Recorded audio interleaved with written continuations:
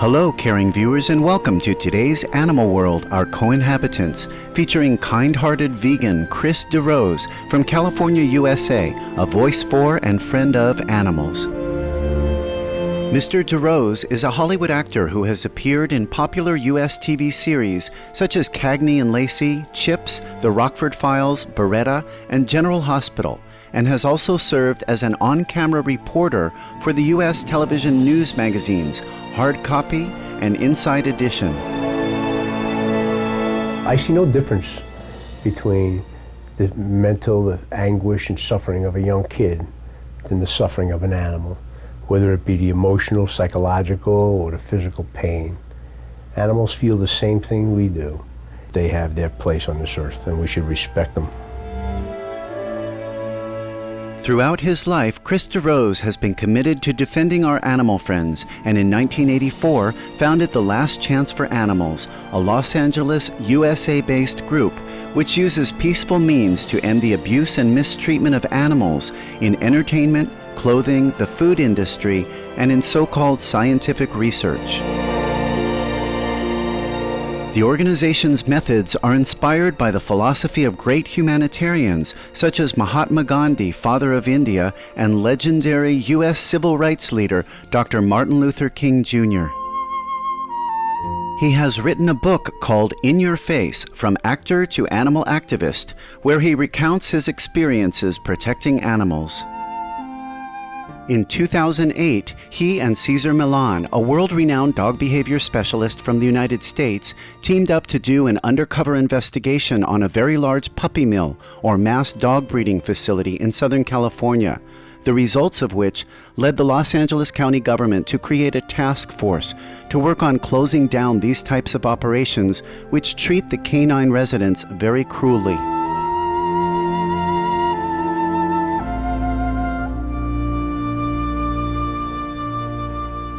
In 1997, Mr. DeRose received the Courage of Conscience Award from the Peace Abbey of Massachusetts, USA, for his work exposing animal exploitation.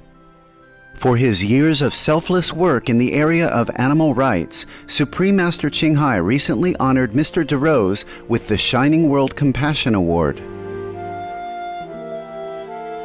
He now describes how he became involved in the cause of animal rights. I just finished doing a TV series as an actor.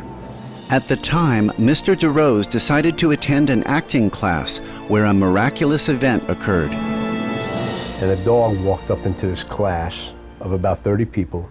And of all the people sitting there, he comes and he sits right at my feet. We're looking right at each other. He had intelligence. And he just went with me everywhere for 3 days. I did a screen test for 4 hours. He sat right there. Never moved, just sat, just sit there, he sat. The serene shepherd collie melted Mr. DeRose's heart. So I took the dog down to the shelter, and the lady told me, sign the papers, put him in that cage. I signed the papers. I went to put him in the cage. He put both his paws down on my feet and started crying. And I saw me when I was 5 years old. My mother was putting me in the orphanage, and I remember hanging on my mother's leg crying. So now I immediately relate that animals have feelings too. And I said to the lady, I'm going to keep the dog.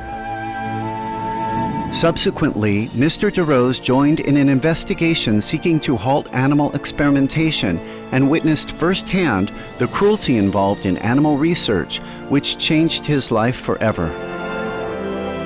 Somebody asked me to get involved, go in and help them videotape and document what goes on inside a laboratory where they do experiments on animals. Inside the facility, he found a very sickly dog who had been a subject of horrendous experiments. I made a promise to that dog, and I made a commitment to myself that I would fight this for the rest of my life, and I've been doing it ever since. Animals embody great love and joy, no matter what shape or size they come in. If you open your mind and just learn from them, and experience what they're going through, they give you so much joy.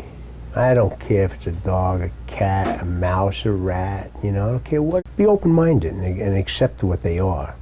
And they're amazing, and they give so much back to you. And you take, for example, a dog or a cat, they just expect you to feed them, and maybe love them a little bit, and they give you back so much more. So it's respect for me, it's respect for all life. I don't care if it's a cobra, snake, whatever, what people are afraid of. The rats, the snakes, the this and that, they all have a place. Could you imagine a world without all these animals? By paying attention, the animals can teach us invaluable life lessons. I think there's so much to learn from. And see, like even the American Indians learned. They learned how to walk like an animal, so not to make noise. The animals have a spiritual thing about them, There's a lot to learn from an animal. When we return, Mr. DeRose will share the story of his meeting with a lovely muskrat as a young boy. Please stay tuned to Supreme Master Television.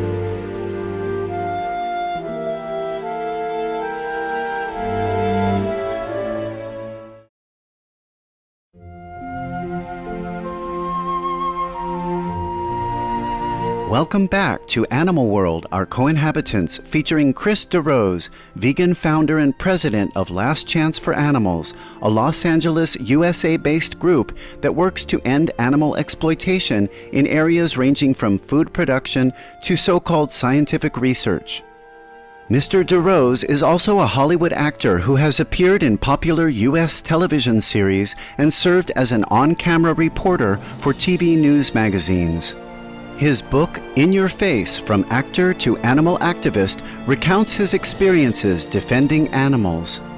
The Honorable Chris DeRose has always felt a special connection with animals, and throughout his life has assisted our co-inhabitants in need. He next shares the touching story of a terrified muskrat that he rescued in the swamps of New Jersey, USA. This little muskrat had his nose sticking out and squealing and crying because he's drowning.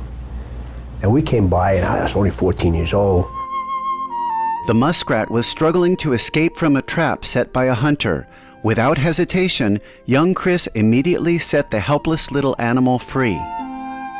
And he came out, he looked up at me, and then he turned around, started going down this little waterway, and he turned around, he looked back at me again. And we had this contact, this connection, and he just looked at me. And he was saying thanks. And then he went about another 5 or 10 feet, turned around one more time, and he just looked at me, and just looked. And then off he went. This heartwarming incident marked a turning point for Mr. DeRose. That was my very first time I ever did something for animals. You can't tell me animals don't have intelligence, animals don't have feelings, because they do. They do. And we see so many cases, we're learning more and more about what dolphins have done, whales have done for people, other animals, dogs, a pig, pulling kids out of a fire, the family pet pig. There's so many stories like that. There are a lot of animal heroes, and they have their place here. And if we embrace that and we open ourselves up, we can enjoy it so much more. Besides being in the forefront of the animal rights movement, Mr. DeRose is a committed vegan. I was vegetarian for 30 years. It was not hard for me to become a vegetarian. Immediately became vegetarian like that. It was not hard. Once I realized what I'm eating is the flesh of a dead, suffering animal. And it made no sense to me to do it. Vegan took me about another 1.5 years. And then when I realized what it was, really what I'm eating, it's basically the same thing. And after about 1.5 years, I stopped eating dairy. Chris DeRose explains in detail some reasons for adopting a plant-based diet. Animals for food is probably the most suffering any animal can go through. It is the most ridiculous thing. It's all about money, it's all about profit, and it's all about the suffering of these animals for profit and for people's palate. Yet we are vegans and we eat very well. I don't think I eat the same thing twice in 2 months. There's so many different things to eat. And to think that to be locked up in a confined area and go through this horrendous psychological torture and physical pain and discomfort for someone to feed their face, it's criminal. I mean, it's criminal in every sense of the word. Last Chance for Animals strongly promotes the vegan ideal. I think if most people see where that piece of flesh is coming from, I think they would not eat it again. And it's our job to keep it out there, keep it in front of them. Overall, I think most people will want more now, vegans. This is the way to go. This is the way of the future. Environmentally, it's the way to go. Cancer, heart problems, diabetes, obesity, all this stuff is coming back to we humans. We need to address that. We need to start educating children in the school systems. And they're the first ones, they'll pick it up like this. They'll learn. They're really intuitive, and they do feel, I think it's probably the worst crime that we can commit, along with vivisection, animal experimentation, which is just methodical torture every day of an animal. But animals in factory farms, they suffer horribly, horribly, horribly. And I think that's something we will see the end of one day. Please join us again tomorrow on Animal World, Our Co-Inhabitants, for part 2 of our program featuring the presentation of the Shining World Compassion Award to Mr. DeRose, along with more highlights from our fascinating interview with this true animal advocate. For more details on Last Chance for Animals, please visit www.lcanimal.org. In Your Face, From Actor to Animal Activist is available at Amazon.com. Wonderful viewers, we enjoyed your company on Animal World, Our Co-Inhabitants. Coming up next is enlightening entertainment after noteworthy news.